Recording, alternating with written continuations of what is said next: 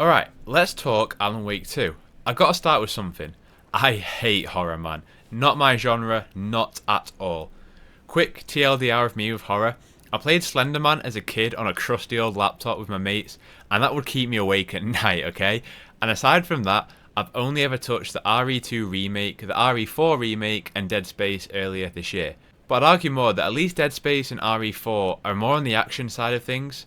So for me, this is really my first true survival horror game. But to call it just a survival horror is a disservice to exactly what this game is. Blending that genre with detective work, immaculate puzzle solving, and top of the class visuals gives you Alan Wake 2. I really liked RE4 and Dead Space, but I fucking love Alan Wake 2. It is superbly written, beautifully directed, outstanding animation work, genuinely jaw-dropping visuals. I'll never become a survival horror fan, but if I was one, I can't think of a more complete package to recommend. Alan Wake 2 is the summation of everything that Remedy has built up until now in one tight, immersive experience that is like nothing else out there. I've got to start with Remedy. What they've done in terms of innovation and how they've taken and blended live action to gameplay to in-engine cutscenes all around in this merry-go-wheel is an astonishing achievement. It was done really well in Control, but Alan Wake 2 is like they're mastering it. Undoubtedly, I'm sure you've all heard by now that there's this one segment in this game that is going to blow everyone's mind. I won't show it. I was sat here and it started, and I ran downstairs to grab someone to come and watch me play through it because I was like, how is this in a video game? How am I playing this? I don't know. Genius, perfect, and it's a risk, and that's why I want to talk about Remedy. Their willingness to take risks. I look at the AAA landscape and there's so much polish and iteration, but it's big IPs and safe ideas that are just done extremely well and fine-tuned. That's not necessarily a bad thing, but when you play this moment in this game, or this game in general, it gets your creative juices flowing in a different way. It reaffirms to me why this medium of entertainment is unmatched, why it's so special, so incredible, and now, having never touched Max Payne 1 and 2, I can't wait to see what modern day Remedy does with that and how they follow up on Control. Speaking of, Alan Wake 2 is now integral to the whole Remedy connected universe that they're building out here, and I'm sure just hearing that, if you weren't already aware, you're probably rolling your eyes a little bit. But they've done this really well too. Yeah, you'll get key characters from Control showing up, but it's not like shoved in your face and we've got to come together to fight Thanos. It's little nods here and there, but with the key thread of connectivity being these altered world items and objects of power that makes this nice through line. It's not MCU-ified, and it's not like Jesse comes in and lifts Alan's hammer. You know what I mean. I'm really keen to see where this connected universe goes from here. But that's enough about Remedy and its future. Let's get back to the actual meat of this video, Alan Wake 2. So, you have two branching narratives that really are connected. One, playing as Saga Anderson, an FBI agent, through the dark woods of Bright Falls, this moody town, and disturbing watery. You also play as Alan, of course, it's his game, through this crazy neon-lit New York, full of signs, puddles, but more importantly, this nightmare creation of New York. It's a different New York, it's brilliant. This game is right on par, if not better, than Cyberpunk 2077 as the best looking game I've ever seen. I'm lucky enough to get to run it on an RTX 4090, and yep, every bell and whistle is dialed up to 11, and at times just left me speechless. The orange sun piercing through the trees, or the reflections of the neon lit New York. But it's not just like, oh, cool reflections and oh, ray tracing buzzwords. There's more.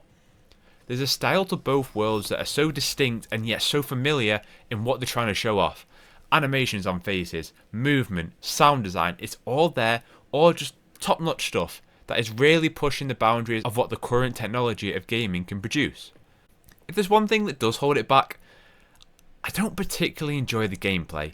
It's solid, don't get me wrong, it's got a strong foundation, no doubt, 3 weapons for each of them. It just feels a little stiff and not quite right. Like, RE2 and 4 felt stronger for me. But I don't think that's necessarily a bad thing. I just don't think it's quite on par with what everything else in the game presents. There were moments that I got frustrated at certain boss battles or enemy encounters where it just didn't feel quite correctly tuned in terms of time to heal or properly reload. This could be a simple issue of, getting good, fair enough, but I know I'm not completely alone in this feeling. Alongside that, Remedy really did not need to do the old video game upgrade system. So Saga collects these lunchbox parts, which are fun to find, and Alan gets these words of power, both enabling them to upgrade their equipment. It just doesn't feel right. It feels out of place, and I'm not sure how worthwhile it actually is. Like, I'm certain had I 100%ed every single part of these, maybe I'd feel a little bit more indestructible, maybe I'd enjoy the combat a bit more. It just doesn't quite fit with this Alan Wake 2 world and everything else that they've got going on around this. It's one of the few underperforming parts of this game. Like I said, it's not bad, it's just not great. And if this is one of the only few things that I can moan about, you've made a bloody good game, let me tell you that. Speaking of them, like I said, I hate horror games, man. This game, it got me so many times. Every time I think, right, I know what's coming, or become immune to certain jump scares, bang, they've got me again. It's just really well done. Particularly with Alan, when you're like navigating around this New York, these shadows, and let me tell you, I hate these damn creepy things, man. They're constantly whispering your name. Wake, wake, wake, wake. Surprised that I didn't close my eyes at night and hear them. But what's worse is you never know if they're an enemy or just a shadow, and in some areas of the game you just can't avoid them. They'll tightly pack you into this room and you'll either walk through, or someone will just grab you and shove you to the floor, or someone will be actual enemies that will try and fight and kill you. The main mechanic of the game is dispelling their darkness shield with your light, like supercharging your flashlight to basically dispel them, and then you can kill them with your guns. The same applies to Saga, except she's fighting members of the Cult of the Tree, who you can see them, but they have the shield on.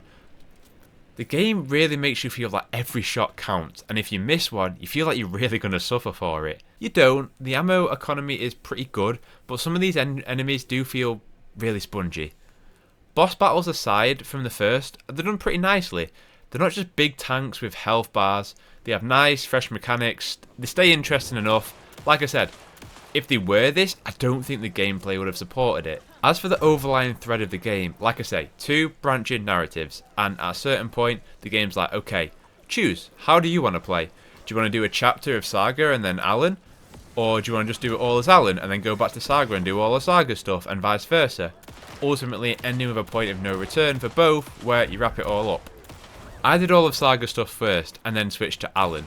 Saga definitely has the longer running narrative, but Alan's, I guess, production of his is more intense whilst more bite-sized.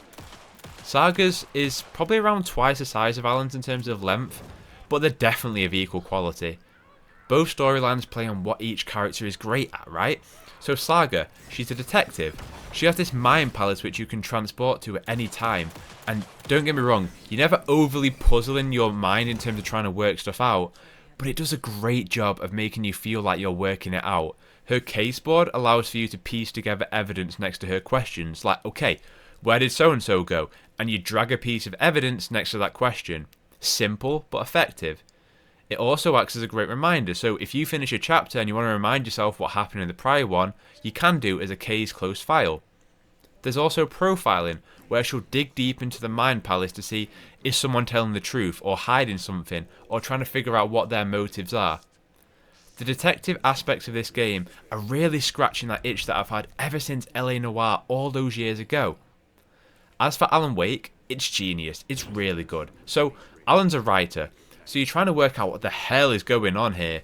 You get to these scenes, and Alan gets like a hunch, if you like, that allows him to remold what is in front of him by rewriting the scene, and it completely changes what you see, what you can interact with, and creates these fantastic puzzles for you to work out about how to get to the final scene and figure out what the bloody hell is going on there. As for the overall narrative, do you need to play Alan Wake and the Control AWE DLC? No.